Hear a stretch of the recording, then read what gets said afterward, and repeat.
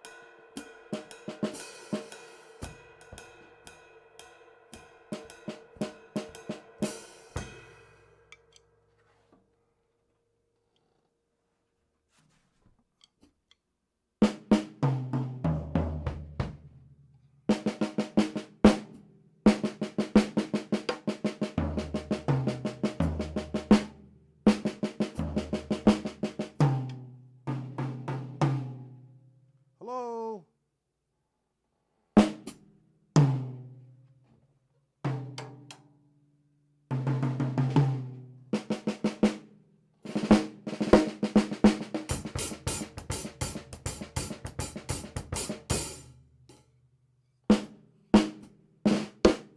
I need somebody in the chat here.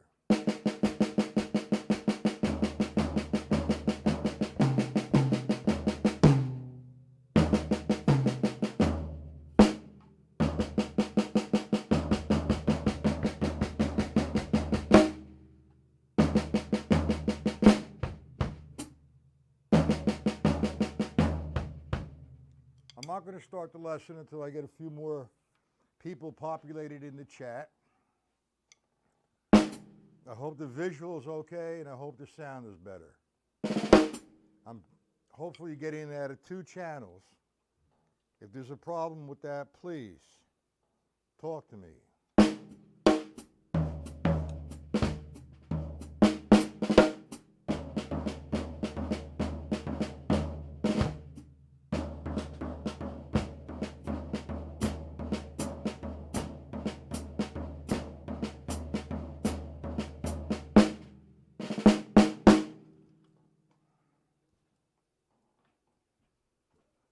Hello, get in the chat.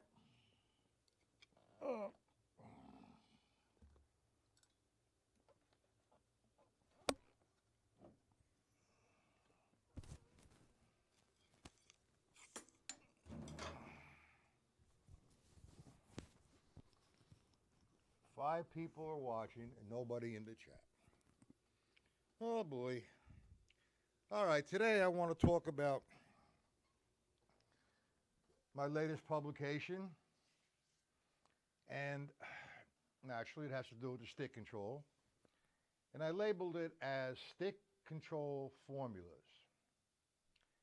Now, the way I presented it was with no explanation, and there's a reason for that.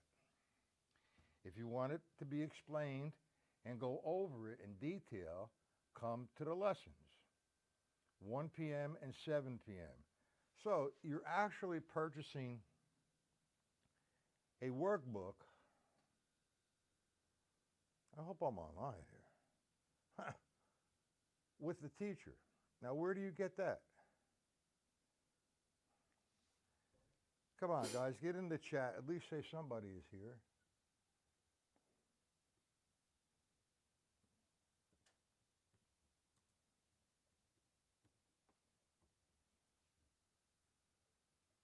All right, I'm just going to play a little bit then I'll start talking. Linear concepts, jazz concepts, exercises, melodic structures.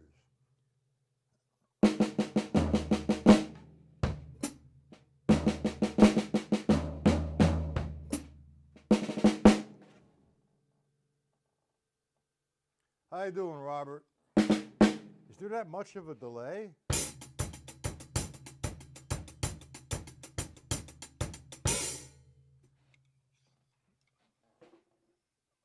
Marcio.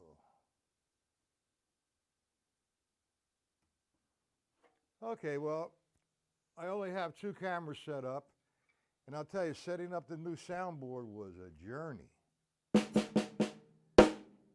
It wasn't like, being a sound man, going to a club and sounding up, hooking up a soundboard.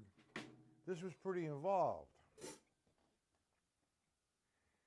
You're going through, let's see, 1, 2, 3, 4, 5 different things for a soundboard. All right, that's good, Robert. Anyway, I want to make you aware of this new publication I received from Hudson Music. It's Mike Clark's book, The Post-Bop Drum Book. I guess that's a good title. And we're going to be doing some work from this book. Now, I talked to Mike, was it yesterday, as a matter of fact, Sunday, and I'm all set up right now to have other instruments in here playing with him. So we're going to have a sort of a jam session, maybe an organ player with the bass pedals, or an upright bass, and a guitar player and a sax player. And he's going to demonstrate parts of his book, and he's going to be playing. So I think that's a really nice thing. And I'm going to be taking a few lessons from that book in about a week or so. Today, what I want to do is there's going to be a lot of preliminary things to do before we're going to do Crazy Army. I'm sure that everybody's heard of that drum solo, and there's a lot of different things you need to understand. There's drummers from all over and all different levels. Some could read, some can't read, all right? Some understand the level concept, some don't. Some know all the rudiments, some don't. So we're going to try to walk through it, and then after that, we're going to do 50 Ways to Leave Your Lover. Now, today, what I wanted to do was explain my book, one of my books anyway, and that is the stick control formulas. And like I said before, I wrote that out, presented it the way it is presented for a reason. There's no explanation. Usually you get some explanation or whatever. So what I felt was it was a networking publication, I guess you could call it that. If you buy the book or purchase the PDFs, you have to come to the lessons for me to explain it to you. So what you're doing when you purchase PDFs or you purchase the hardcover, it comes with a teacher. Now, I don't think there's anywhere in the world that comes like that. You buy a book, you don't have a teacher, you have some explanation, and you have to go get a teacher, okay? So I want to explain what I've done, and I'll go over a few formulas. I do stick control book. I've accumulated a tremendous amount of ways to do it. I haven't really counted all the ways, but it's just endless. All right. And what I do is I formulate like R becomes, say, a paradiddle. Right, left, right, right. Yeah, right, left, right, excuse me. And L becomes a left-hand paradiddle. We work with that. Or I eliminate and reference from the stick control book as all the rights, or maybe all the lefts. All right, and then I reference from the stick control book. So that's what everything is predicated upon. So now, there's some guys in here that have purchased the book and the PDFs, and some haven't. That's okay if you haven't. I want to explain a few things, and I'll go over some formulas. And for you guys who have, excuse me, I got to set this up a little different, I see. What happened? And you could use the stick control book, But with my book, what I do is I write out the exercises, 4 pages on each formula. For example, the first one. See, everybody says, the stick control book, it's just a bunch of sticking. There's nothing you can do with it. You know, you learn it like this. The full strokes, the half strokes. And it becomes really monotonous after 20 years or 30 years of practicing it. But if you practice it religiously and you work on it the way you're supposed to work on it, you will definitely see an improvement over a short period of time. So what I've done, instead of making it boring, that's not really boring, it's an exercise, okay? What I've done is I expanded on the exercises. This is just the brilliance of George Lawrence Stone that really made me go forward with this. For example, if I have if I'm interpreting off the stick control book, page 5, number 1, it's written as 1 and 2 and 3 and 4 and 1, 2 and 3 and 4 and. That's fine. That's the way it's presented.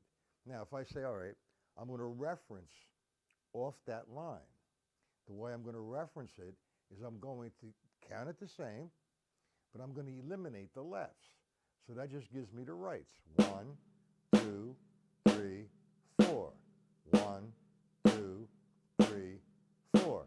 Now, if I take it to the second line with that same approach or concept, eliminating all the lefts, line 2 would be 1 and 2 and 4 and 1 and 2 and 3 and 4 and line 3, 1 and 2 and 3 and 4 and 1 and 2 and 3 and 4 and that's a simple concept. I'm in tempo, I'm eliminating the lefts, and I'm referencing only the rights. So I challenge that. And I say, okay, I'm going to do this, I call it a vamp, or it could be an ostinato pattern as well. An ostinato pattern is a pattern which repeats itself over and over and over again. It's constant. Is it a crack? No. All right, now, what I'm going to do with my left hand, for example, is just play straight eighth notes. 1 and 2 and 3 and 4 and I'm going to play my bass drum 1, 2, 3, 4, and my hi-hat 2 and 4. 1 and 2 and 3 and 4 and 2 and 3 and 4 and 1 and 3 and 4 and boom. Now I'm going to make that go constant, like up tempo a little bit. Hold on a second, guys.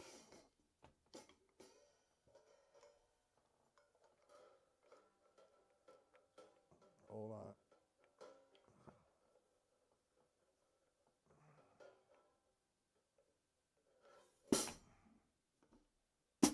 All right, there you go. So now, I'm going to play my eighth note vamp over and over again. And while that's going on, my bass drum 1, 2, 3, 4, my hi-hat 2 and 4, heel and toe method. So I'm going to get this going on.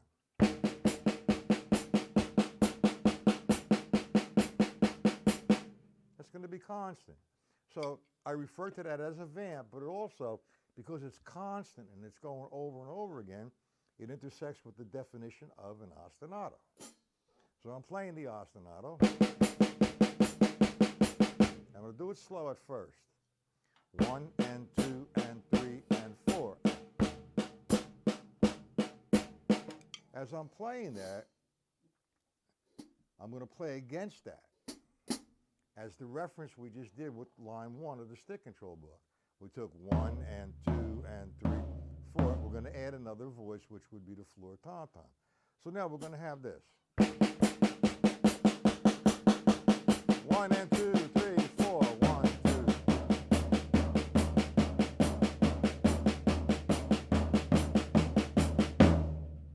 And then that's the first line, the interpretation of that, with this concept or this approach. Line 2, you're just simply moving the right hand over. You're referencing off the line. Line 2 would be all the rights would fall on the ends. 1 and 2 and 3 and 4 and. against the pattern.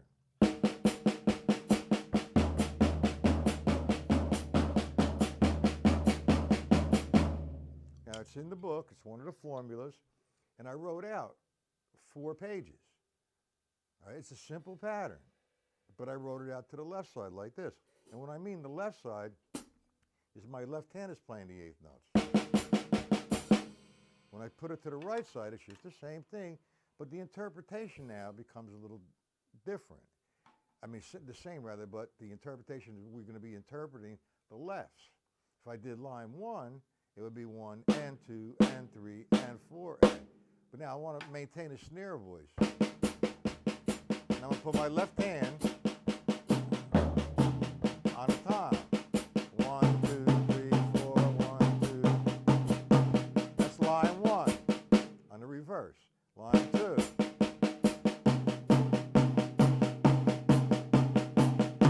It's an exercise. It has no conceptual thing for musicality, like a song. We're doing a 12-bar blues or 32-bar tune. What this is involved with is just an exercise and controlling your limbs and developing coordination. Okay? Now, that's the first one, and that's just simple. I want to play, I lock it into 4 voices: the floor tom-tom, the snare, the bass drum, and the hi-hat. So I'm going to play a little bit, and I'll just use the one voice. But however, I want to be a little creative, and going outside of the safe zone, so to speak. All right, I want to add a few more voices, like maybe this one. All right, back and forth. So I'll do line 1.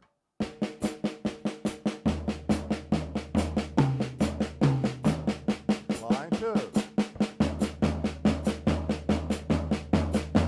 So on and so forth. I'm moving the voices around. Now you could take this approach and this concept as an exercise, and you could do it with the stick control, the syncopation book as well. So you could expand on that, okay? And that's one simple way of doing. You're exercising your endurance with the left hand or the right hand. You're playing against the pattern, which is giving you strength with your coordination, all right? And you can stretch out with that right hand, wherever you're playing the right hand as on the toms or your left hand on the toms, and be creative. And then from, if you're going to go regimented into the stick control book, 1 through 24 or 1 through 72, that's a good exercise for you. But again, that will become boring, so you expand upon it.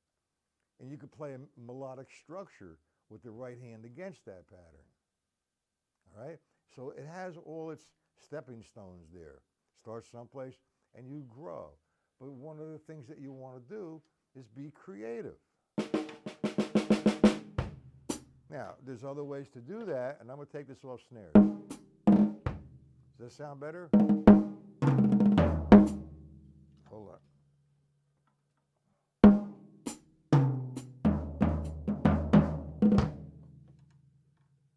All right, so now what I'm going to do is now, instead of playing the straight 8th notes,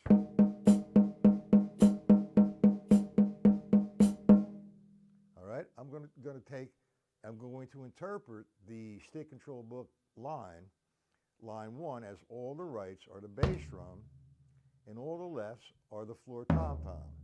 So if I did that interpretation with line 1 without the left hand, it would be 1 and 2 and 3 and 4 and. Got it? So I'm going to do this. I'm going to go 1.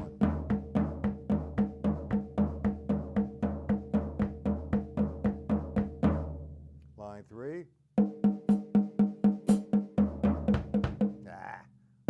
Sorry.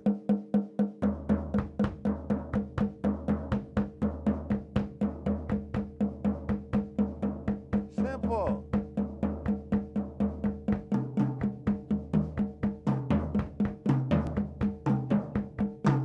So you could be creative, man. You have a good old time. Hold on a second. Ay, bunga.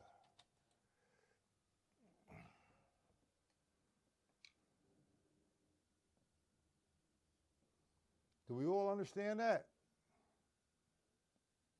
Any questions on that? Now, also, I get into the jazz pattern. Oh, I got to fix this seat.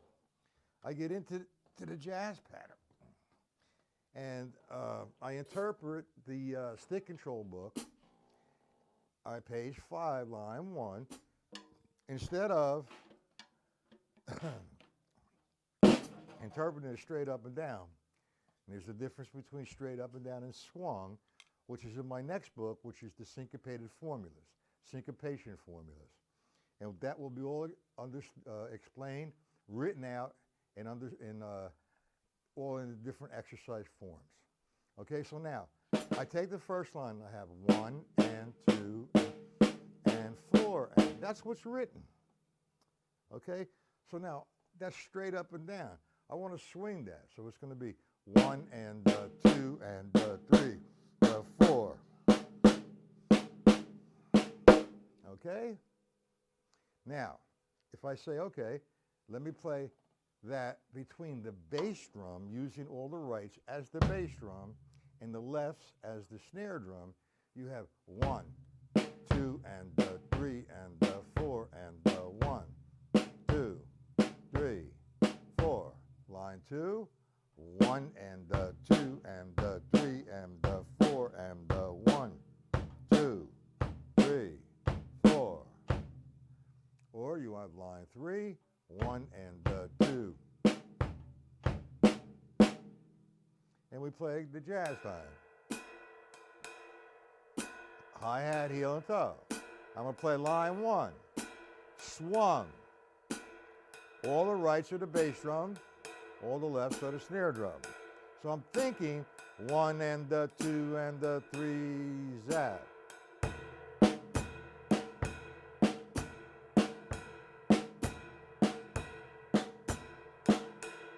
Go to line 2.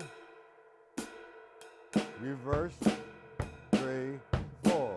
1, 2, 3, 4. 2, 3, 4, 1. Go to line 5 with that interpretation. 2, 3, line 5. Now at that tempo, they're easy. Actually, they're actually harder to do slow than they are a little up-tempo. It is easy, Robert. I mean, it takes a lot of hard work. If I did line 1. 1, 2, 3, 4, 1, 2, 3, 4. Line 2.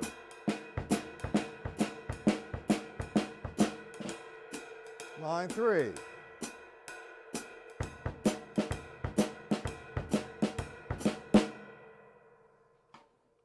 Line 5 is a simple parody between the right hand and left hand. Right foot, yeah. Right foot and left hand. Sorry.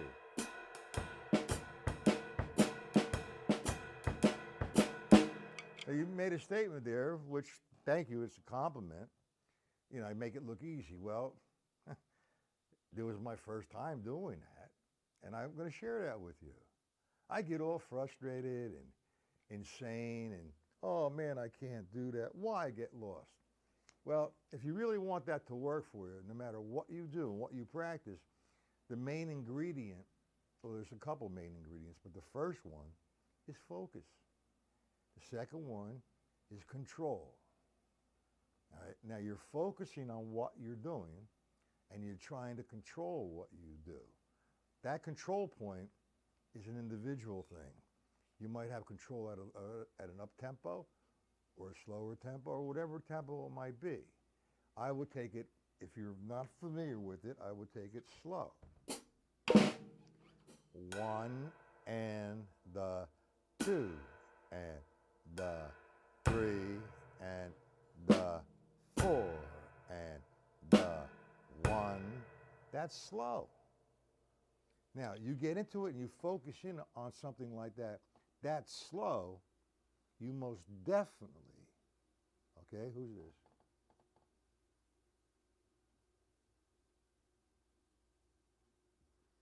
You definitely will and you hang out there and don't be distracted mentally. Stay there, zone in, and work on it consistently. You will see an improvement in a short period of time. That's just another way of interpreting the stick control book. And being that we're here, the first two formulas of the stick control book formula, the stick control book formulas, is I'm interpreting the page, all rights become three strokes, which would be a triplet. And a left. So with that interpretation, if I did line one, the first formula, line one would be simple. Now, I do that with a variety of different levels. You know, I use a full stroke.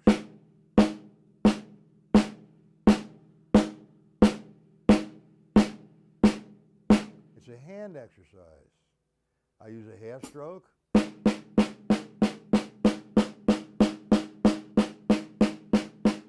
Or quarter stroke.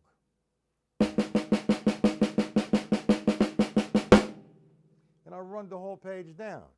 Now, when you feel comfortable doing that on one surface, you could do it on a drum pad or your snare drum. I think it's kind of foolish if you can play on the drum set and you can play on a snare drum, is to practice on a snare drum as opposed to a drum pad. There's nothing wrong with the drum pad. There's times I work things out on the drum pad. Because if you have some people living in the same house that you live in, it'd be kind of like you're trying to do this and you're making all kinds of mistakes. So you're doing the same thing over and over again to try to get it better for a period of time. It becomes annoying to the people who are listening. So sometimes it's okay to practice on the drum pad.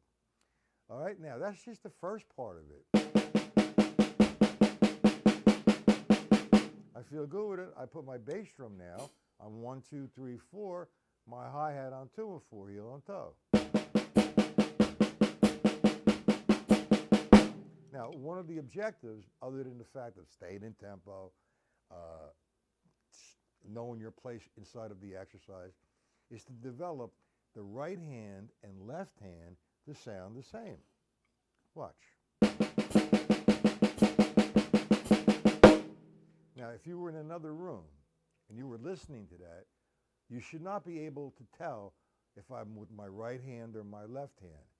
And that's the main objective of stick control book, is to strengthen that right hand and strengthen the left hand and equalizing them. Okay? Now, that's just the one surface exercise.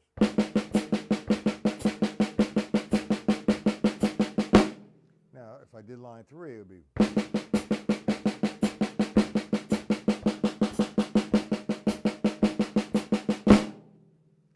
Just expanding on it. So now, I go to the second formula, which now I expanded on this particular exercise, and I made it a drum set application. And what I'm doing now is a substitution. And what I mean by substitution, instead of playing my right hand here, I'm going to play my bass drum in the place of the right hand. So if I played line 1, page 5 of stick control book, using that formula,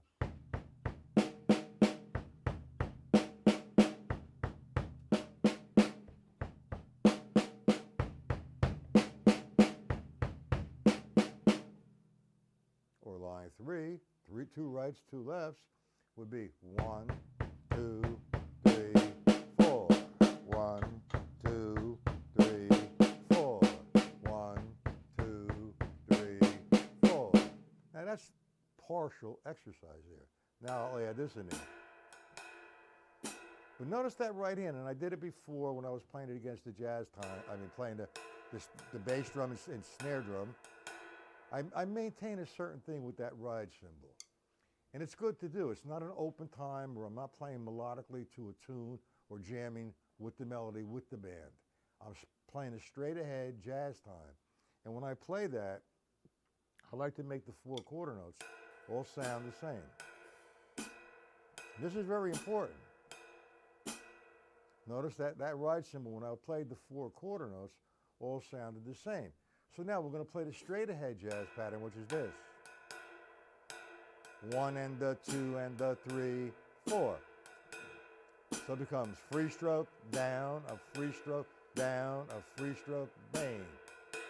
So what I do now is I do the substitution. Remember, we did 1, 2, 3, 4. Now we're going to play that against the jazz time.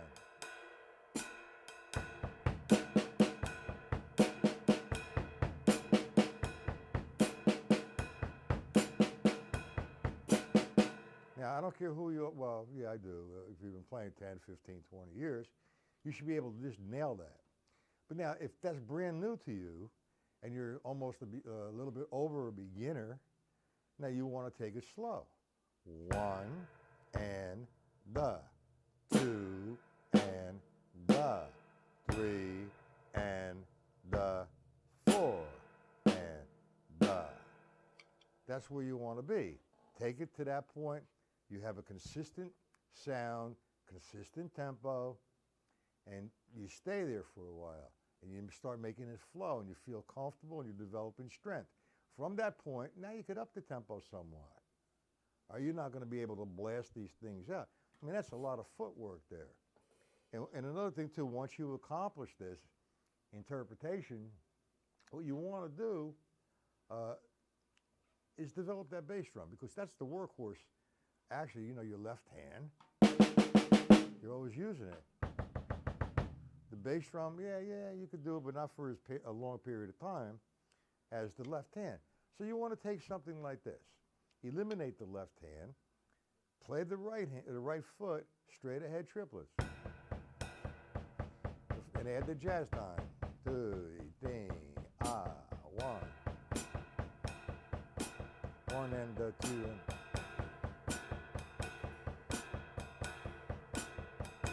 Now I could challenge that exercise, but I'm not going to. That's just part of it. Okay? Now, there's other things in the book. For example, if I said R, we're going to hang out a little bit with the jazz pattern. If I said R becomes 2 rights, for example, it's in the form of the triplet, I'm thinking 1 and the. So R would become the and the of the triplet with the bass drum. 1 and the. Left would become and the of the triplet, 2 and the. So with that, I'd have 1 and the, 2, 3, 4. 1, 2, and the, 3, 4. And now I'm going to play it against the jazz time. 3, 4.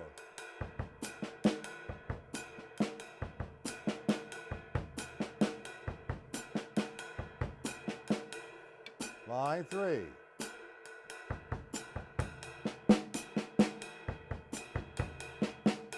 So on and so forth. Again, you know, you got to give yourself a break. Don't be so hard on yourself. Say, okay, I need to practice this slow. I have to, you know, get it going on. And like Rome wasn't built in a day. This is over a period of time. You know, consistency. If you practice, if you had the luxury of practicing 3-4 hours a day, maybe 5, man, you know, after a very short period of time, you're going to be smoking. No problem. You're going to see the improvement. Now, you know, my word is not God, man. It's just, it worked for me, and I'm sharing that with everybody else. And maybe it'll work for you. It should work for you if it worked for me. Okay? And there's all kinds. There's 45 different formulas. You know, tonight we'll expand on it a little bit more. And by the way, tonight, all week rather, the lessons will be on YouTube. I got some construction going on the website, so we're going to stay here. Okay? Now, is there any questions on today's lesson? I don't like to be repetitious, but I want people to get this book because it's a good book. Not because I wrote it, but because it was very creative off the brilliance of George Lawrence Stone. Okay? Are there any questions, any problems? Hopefully you're getting sound out of 2 channels and a better visual.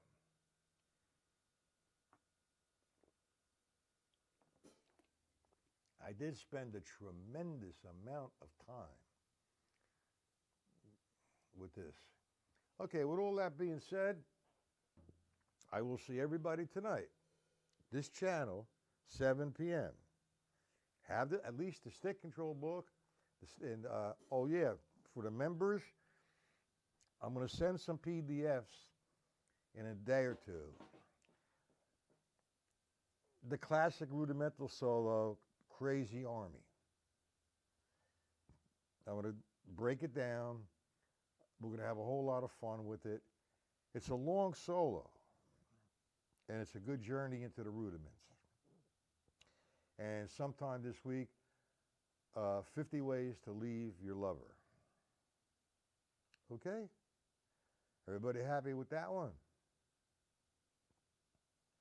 All right, so with that being said, I'm going to say good afternoon and hopefully see everyone tonight at 7 p.m. this channel, 7 p.m. Eastern Standard Time. You sure there's no questions? I'm just trying to promote my book, dear Robert and Marcio. I'm sure that you understand. Okay? So with all that being said, Matt Lee needs to say adios. Is that how you say it, Marcio? Adios, amigo.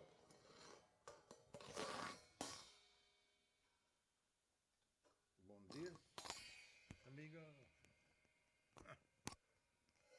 All right. Guys, have a good rest of the day.